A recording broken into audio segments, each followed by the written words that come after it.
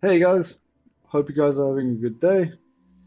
Would like to just quickly show you a nice replay as to why you should be playing the Holy Roman Empires. I'm going to jump through two games. I'll be nice and quick about it. And I think it's a sleeper faction that a lot of people aren't giving any credit anymore because so many other factions are being played right now. But we'll go through a quick build order. I think you guys would be familiar with it quite a bit. We'll go into the caster mode here, make it nice and easy. Um, this guy did say afterwards he had a bit of a disconnection issue, but we'll have a look. He also ended up with 13 sheep. You can see there's two here, so I'm assuming 3, 4, 5, 6, 7, 8, 9, 10. Yeah, I ended up with I think 8, but there's one there, 8, 9, 10, 11. I ended up with 11, so not a bad split. So you're going to end up with going, just as an indication, 6 on food, right? Going out 2 on gold. And the Predator is inspiring the food villagers to start off with.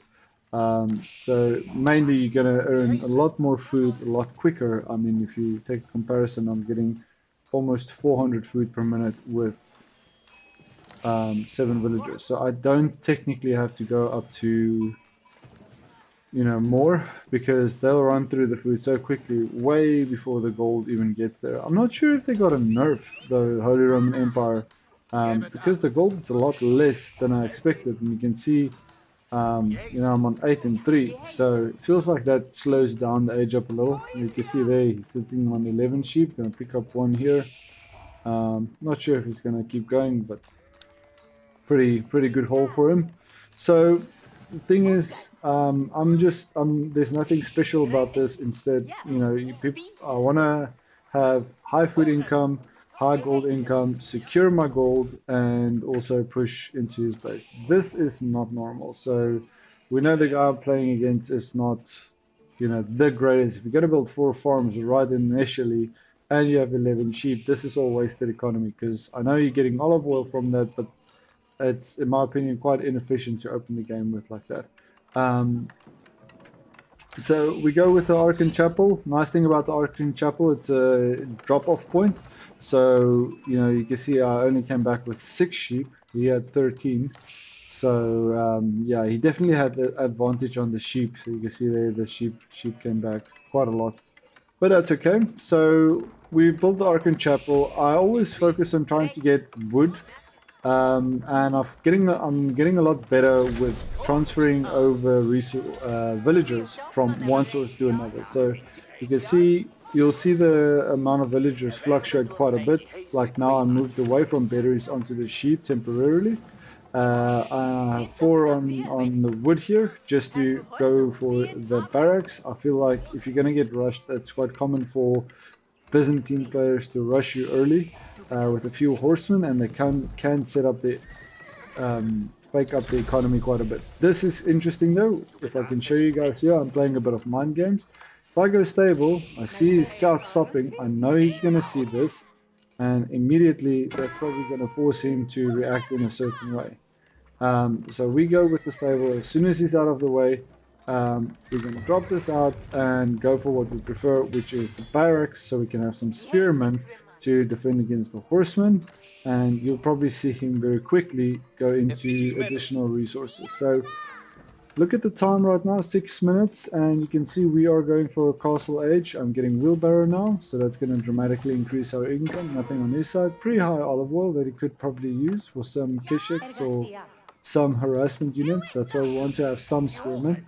Also, I know his scout was around, and this is something you should do. Always be scouting out your enemy. You can see I'm looping my scout like this all the time, just keeping an eye on what he's doing, seeing he's building a barrack, seeing how many does he have on gold, seeing how many is on food. It makes it a lot easier to make decisions.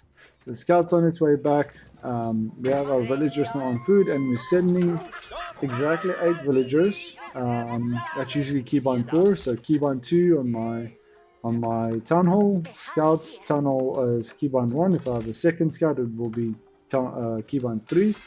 And yeah, you can see Now there's some units, keybind 5, 6, 7, usually for my spearmen. So I'm looping around, hoping he's AFK with the scout, and hoping I can get a quick kill off the scout. He does respawn, but you know, I'm denying him information while I'm gathering information. That's more valuable than what you have just by playing the game. So go for the boar.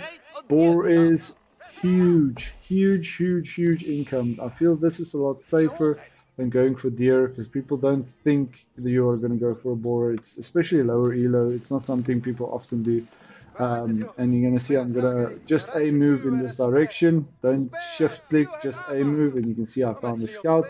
Going to try and get another kill down on him. And boom. So no more vision for him. And we have control now. And we know we can push him. He hasn't trained any units yet because he was waiting to see what I'm doing. So there's the information game. So what we are doing right now, you can see 11 villagers here, plus 8, so 19 villagers, and these ones here are inspired. Moving these villagers out now, keybind 4, just so I know where they are. And it's a bad spot, but I know I'm getting my food in. There we go. And Burgrave Palace popped down, and this is at 8 minutes. And we are rushing it because we are building it with 6 villagers.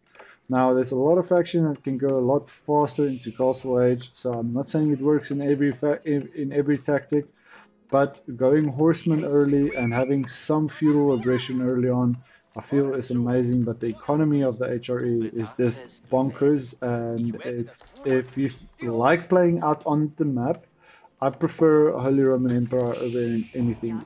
You have your upgrades that come through, like your heavy maces, which depending on what civilization, if you go against the French or like the Mongols, even the Byzantines rushing their castle age and getting those huge, what do they even call them? I'll check later, but those big knights out, you know, that upgrade is going to be huge. And two-handed weapons, if you're going against, you know, factions that like spamming their own men-at-arms, or like the Japanese or those type of things. If you're going to go against a Chukanu rush, you want to have marching drills, and Iron Undermesh is probably going to be your first upgrade 99% of the time, because you want to have that extra ranged armor so that you can spend time idling him out, and that is the win strategy with this. It's not about producing a 50,000 units. You want to get to castle as safe as possible, immediately go for relics. You'll see this prelate is ready there. We sent the second prelate out from the town center, so he's picking up that relic. And we are just microing enough wood so we can get the houses done, not to pop cap ourselves. And the safe number, I would say, it's probably about 10. 10 is probably a good number to go for him. All you want to do early on, you see spearmen popping in here on the side that I trained here. I'm not wasting any time forcing him to either make a decision to defend, and he's seeing the spearmen, so he's probably going to respond in a certain way to that. He's also aging up to castle, so bear in mind they can just get mercenaries and very quickly, you know, defenders. But these men-at-arms, upgraded men-at-arms, with the heavy mace upgrade is what's going to give you all the value, especially with your Iron Undermesh upgrade. So here we go. Keybind 5, Keybind 1 Scout, 2 Tunnel, 3 is nothing right now. H is also Tunnel. F1 selects all military building, and the little colon next to your full stop selects any item military, so you can see me hopping around. So just a few keybinds for you guys, but 11 minutes in, first relic here, second relic on its way out, on its way now to another relic, and I trained another prelate and popped it into the Arkham Chapel so that we have the inspiration that's continuing. Remember, this is amazing food. You can see we're sitting on, you know, 500 to 500 food, so equal food, but I mean, I'm borderline on berries and one boar. So now we get into his base, and you can see these men-at-arms have 5 ranged armor. So just keep an eye on this men-at-arm, how long it takes this town hall with 10 villagers inside to take down a single men-at-arms. Just to give you guys context. I mean, you can defend this because he is castle age, so crossbows would, you know, make a big difference. But if you talking about all his villagers here, all his wood, all his gold, all his food, because we isolated the deer. So, and the minute it's basically we've lost a single man at arms so far. So now we're just going to keep running in Iran, keep focusing on our economy, and remember the military is on keybind 5, so we can just keep that keybind even if you want to separate it like doing that, so 4 or 5, and even if you have another army like this, 6, 4, 5, 6, 5, 4, you know, so just keep chasing them down. If you had this upgrade, it would be a lot better. You would actually be able to chase them down. This is bad because you lose space for your farms. You want to keep this ring as clear as possible. This is bad, that is bad. But the reason why I'm saying you should play HRE is because this range armor, the range armor on these men at arms, 5 range armor in Castle Age this early on is very, very strong. And because you have the Burgred Palace, in my opinion, it's the better upgrade. There's a lot of factions out there, like if you go against the Delhi or you go against Abbasid or Ubit, I would probably say go for the other landmark, Regnitz Cathedral, so that you can have the passive gold. But pretty much this fast castle build strategy is going to win you a lot of games and get you a higher rank than you think you would get. And we pushed through this very, very quickly, and I don't think there was a lot of other time, but you can see now he's going for the blacksmith, doesn't know what much to do, and we're doing a farm transition, not investing into more army, because we also want to maintain this advantage. We already have an advantage because of all the idle time, right? So that is why we are focusing on the heavy wood, especially when you hit castle age for that transition, and then just maintaining enough units to keep them busy, maintaining the relics that you're capturing very early on, and producing those units. They will do amazing against your Japanese units. They will do amazing against most horsemen because of the heavy mace upgrades. If you get castle men at arms, castle or imperial age men at arms with your university upgrade, a single man at arms does more damage than a knight. Just putting it out there. So you can see I'm trying to keep the farms in this as much as possible. This was with a single gold vein. Didn't need to venture out extremely far. We only had 15 minutes before we need to venture out. I'm going to show you guys another game. We'll just fast forward this one, hop out of this game and hop into the second one. I think I played HRE on this one as well, or did I not? If not, sorry. I think I lost this game. French Holy Roman Empire. No, I won this game. This is actually against the French. Did I win this one?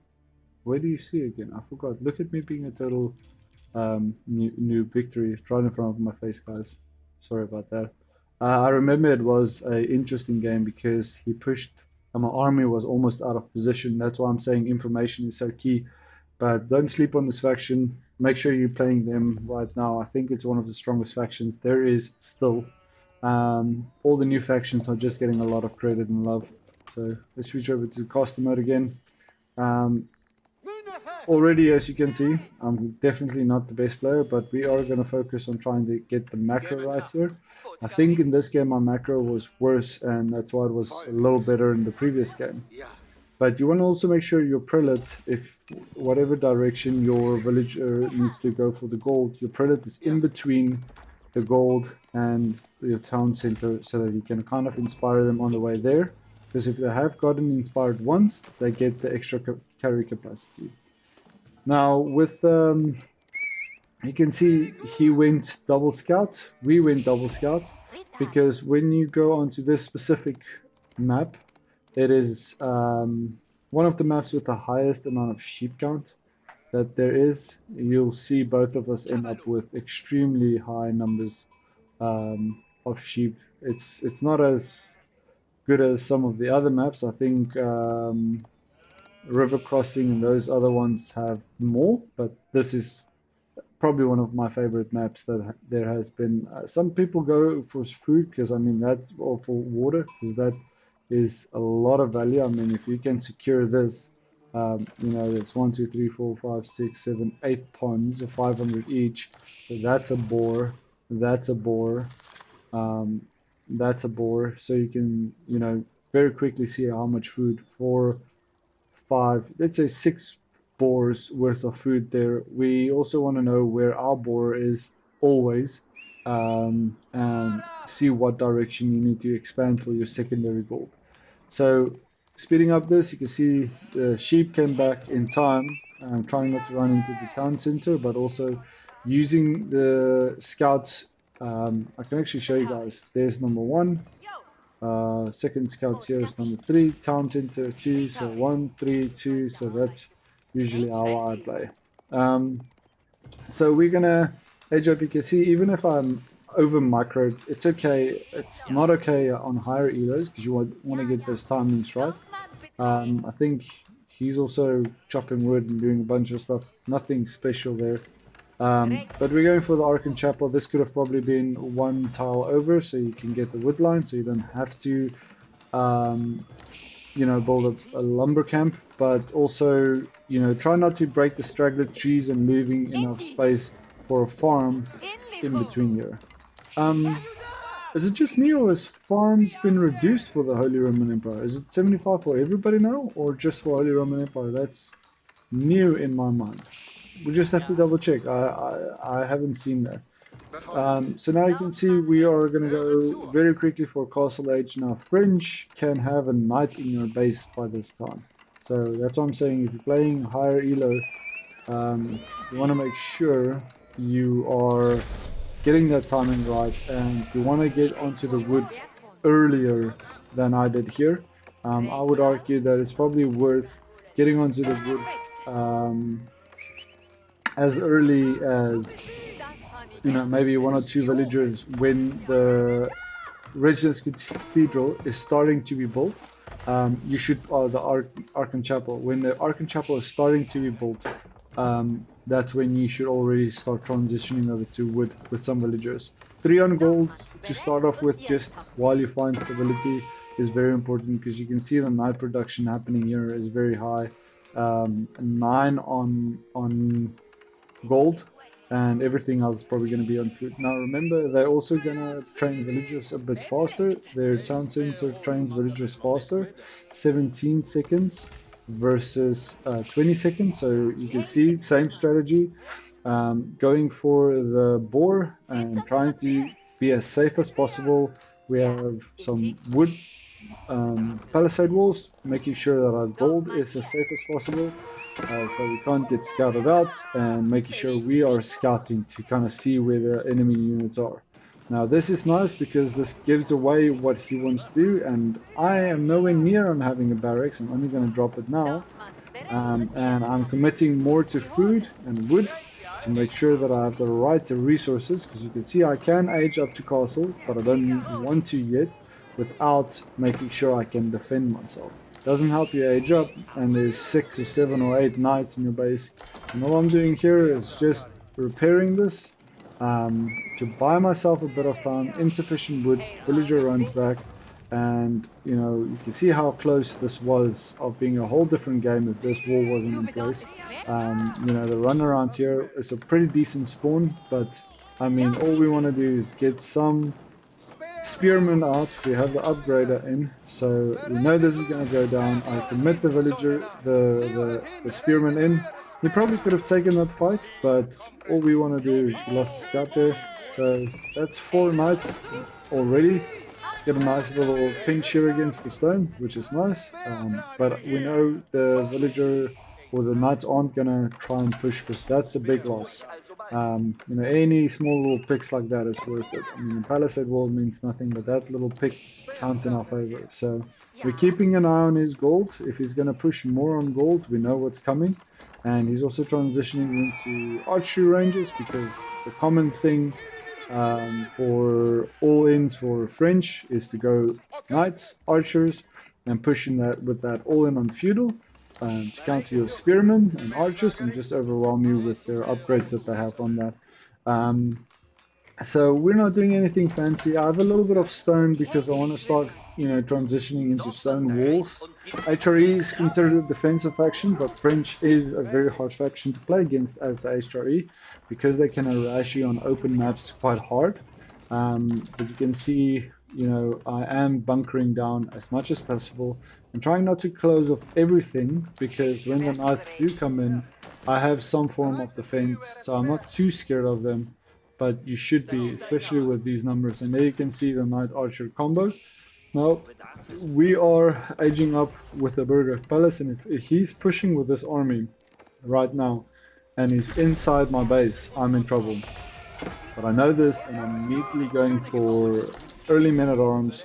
It's going to get upgrade to men-at-arms, and we are going to get the heavy maces and the two-handed weapons because we want to try and defend against these archers, and we want to try and make sure that we can kill these knights, which these men-at-arms do extra damage against. You can see the +6 heavy, so we do extra damage against the heavy units, and I think it's just a pause here. When you have an army like this, try and click inside the base and see if one of your units actually gets through. Because imagine the difference this game would have had if instead of building two rams to get through this palisade wall, he actually just moved through the stealth forest.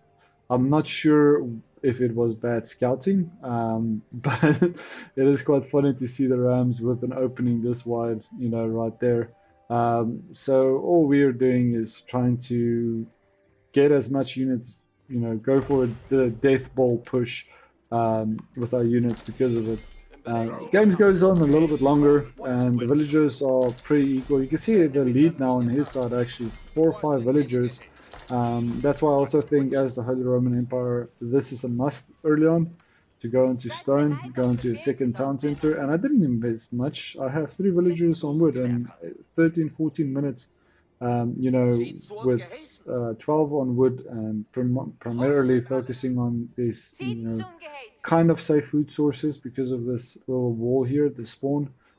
It's very nice. You can see he's also transitioning into safe food sources on his side. But bottom line is, we are gonna create the death ball. We are focusing on getting the blacksmith upgrades, and I went for the melee upgrades, the insulated helms, because that's what's gonna win us the fights against the knights, because they are gonna do the most damage against us, especially with the charge damage. I'm sitting on 18 archers, so if you have one more thing, sorry for the pause again. So if you have, I didn't even know about this army, by the way, just finding out about it very shortly. But here goes our army. If you have 4 armor and an archer has 6 damage, each archer is going to do 2 damage because you say 6 minus 4 is 2. If it was without the upgrade and it was 4 and 4, the archer would do a minimum of 1 damage. So if you want to one-shot this man-at-arm, you need 155 archers. If you have the +1 upgrade, you need half of that. If you have the +3 upgrade, you need half of that to one-shot a knight or men-at-arms, right? So quite a big army here, 21 men-at-arms, 2 spearmen, nothing fancy. But we have the upgrades. We are starting to focus on the relics quite late because I wanted to get the army. And what happens here is he pushes with the rams. You can see there, this is a big push. I mean, he pushes with the ram. I'm almost in his base, and then I see the rams pushing, and I'm like, okay, wait, this is dangerous. I need to retreat. And if I was out of position just 20 seconds later inside his base, right? He was probably going to try and push back with his army, but I'm at the moment, I'm in a bit of a stalemate because my food is going to run out very shortly. I have, berries in 2 town centers with 0 production. We evened out the villages score, but because this started breaking down, I'm focusing on men-at-arms. I'm scattering. I didn't even get two-hand weapon upgrades, right? So let's just see how this plays out. This is going to be very interesting. So he pushes with the rams. I just commit a few of the men-at-arms on the rams, get the villagers into safety just to entice him to take the fight. And you can see now, 18 men-at-arms. This is a huge loss for him. Every knight is 240 resources. And you can see we really held on long with this. So I do lose the Burggrave Palace. I do lose the men-at-arms. But we have 5 in the belt here. And we are gonna start pushing back, and he thinks he can take this. So I take the villagers, get them to safety, and I only have 5 men-at-arms. Still, I finally got the upgrade, but we end up taking down the knight here, and probably the second knight now, and it starts falling back with the archers. I probably think he could have stayed a little longer, but he wants the knights to protect the archers, right? So now the spearmen that I had stay here at the back fall in, and now I'm in a bit of a tight position because we didn't create any idle time for him. We had idle time. We have 15 villagers here. I pulled these villagers out to start gathering food again, but these villagers needs to move, and I need to have production, but I lost the Burggrave Palace, so now I need to build barracks to replace the Burggrave Palace, and just something to keep an eye on. That's why I'm saying it's very important. Even if you lose your scout, train another scout, get it out on the map, and see what's going on. So now we know there's an opening. We know where he wants to attack. It's this side. He knows about the 2 town centers. He got a lot of value taking down the Burggrave Palace, so we want to get that back up. And I am still getting my upgrades, getting the wedge rivets range upgrade, which will help against the archers. And all we're trying to do is stabilize the economy. And now we're going to start either investing some of the stone we have, because we're sitting on 600 and we have a lot of gold. So the best thing if you have a lot of gold is to probably just build a market, which I'm doing right now. Usually that is key by 8, and my army is always 4, 5, 6, 7, F1 7. So all my military production buildings are 7. I didn't go for spearmen because I know the spearmen are countered by archers. But also remember, he all-in with that army and he didn't kill me. So that puts him at a big economic disadvantage, because even though we're getting a 2 town center lead now on him, right? He needs to transition into farms. He needs to get to food sources, like he's doing right here, pulling villagers. And we already have done that. So we transitioned these 8 villagers from the boar onto the deer, from the deer onto the berries, and eventually we'll transition onto the stone, the gold. So you see the palisade walls disappearing, buildings here disappearing, making up some space, deleting lumber camps where I can to make sure that this space is as open as possible so that we can get those farms done. And stone walls just to give that extra layer of protection. We have an extra stone here, we have stone here protecting our berries, and we have gold up here.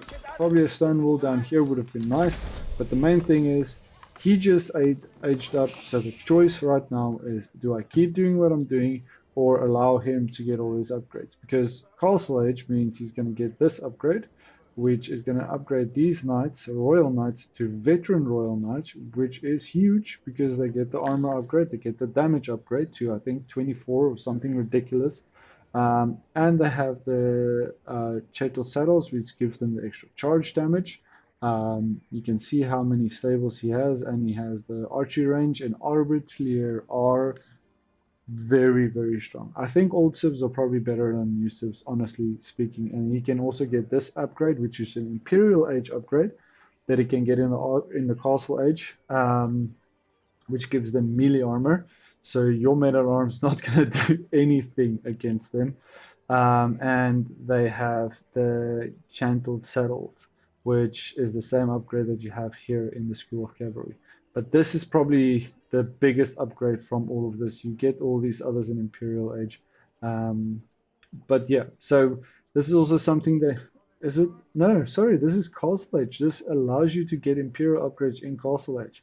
Extra gathering rate, extra traders, attack speed of arbitraries, the extra melee armor, the extra health. So you don't want to play prolonged game in feudal against French because they're extremely strong. So either I'm going to keep doing what I'm doing right now, or I need to push, and that's basically the choice you need to make.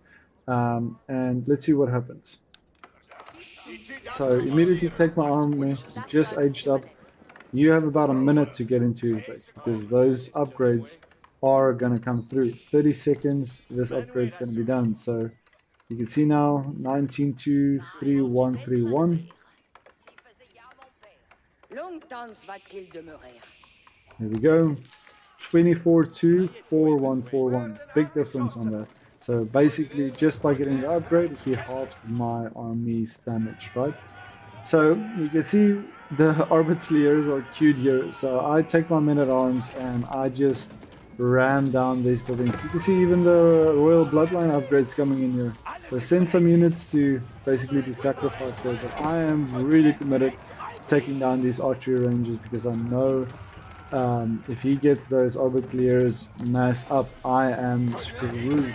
So I don't want to fight that. So I have this big army now, and he has to either commit to this, or life's gonna get hard. But I am trying to just stall out the economy because our economy is stable, and he needs to either retreat the villagers or move the villagers, right?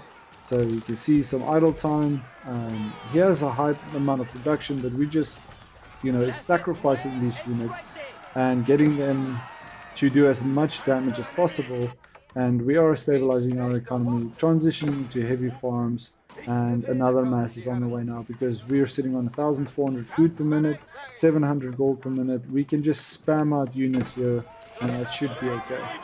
So 15 villagers on idle here, wood villagers on idle. We have now a 30 villager lead, and you can see these are with clears. They have one range armor, but if they deploy these Pevises, they increase weapon range by 1 and gain 5 ranged armor. Now that's without this upgrade, which give them 5 melee armor baseline. So it's a ranged unit with 5 melee armor. It's ridiculous. But it's very expensive, so just take note of that. So now we're focusing on trading out any resources we don't need, making sure we don't have any idle villagers. We transitioned from berries to gold. We have gold here, and this needs to happen quicker. The transition to secondary gold, and we scouted him out, so we know there is gold down here, but the likelihood is he's probably going to move this way, which he already has done once. And again, you can just see this minute on how quickly it just disappeared with this army. So we need to play very aggressively if we're gonna win this fight. Okay, so now he has Arbiters. We are probably gonna keep committing to the men at arms, but we have the resources to go for Imperial Age, and this should be a time for him to push because he knows he has the right army, he has the upgrades, and it is the right thing to do to push. There's no other choice that he has. We're trying to cause as much idle time and making him do a lot more than what he's doing right now. That's 6 there, 11 crossbowmen here at the back plus the army. It's a big army, and my army would lose to that. But what we're doing is we have the defense of the walls. We have some relics that has come back, actually all 5 of them. We are getting the Inspired Warriors upgrade, which is huge, which improves our damage, so playing to our advantage. And we are going to use the Burgrave Palace to get the elite upgrades as soon as possible. And we can even sell some resources now. I think that is what happened. Just speed up here, and you can see those resources are going to get sold, but the relics are back. We're actually training prelates to keep the... I think one prelate can inspire 8 units, and the best counter for your mass range units, so for this, is definitely 9 units. That's your best unit between. Military units deal 15% damage and gain 1 armor. I actually didn't know it applied to siege, so that means they do extra damage, 14 damage, splash damage, and what's it, plus 6 versus range, so 20. Wow, so 20 damage. If it's a range unit, it's 80. So 4 mangonels, you know, would one-shot these range units. So if you take, we have 3, fourth one's coming in by chance, and now he's gonna push. We have, you know, 43 farms, and we have very stable gold. He didn't scout this out. We still have our 2 safe golds. We have walls all over, but we know that this is where he kind of pushed earlier. So we're just, I mean, there's opening in the base also here. So there's a lot of opportunities to, you know, play against me. But we're taking all the upgrades we can. We're getting the increased health. We have the inspiration buff. We have mangonels, and we also have the elite mineral upgrade, plus the inspiration from here. And the increased gather rate now is 50 because of the upgrade we got from the monastery. So again, same thing happened is we are literally running past this army. You can see I'm moving in this direction, and this prelate was on his way to the sacred site, and that's when I only saw this army. So pushed in, and we didn't get the first shot off. You can keep an eye on these crossbowmen. There goes half of them. And you can see him committing his knights, but these Metaram are just gonna make mincemeat of them. 14 plus 4 plus the increased 6 damage. They do ridiculous amount of damage, and we just screwed over his whole army. And he was going for the same strategy, but we got lucky that we kept seeing it, and the information is what was key. I hope you guys enjoyed it. Thanks for watching, and I hope this helps you play in your next games. And please let me know what you think. Cheers. Bye bye.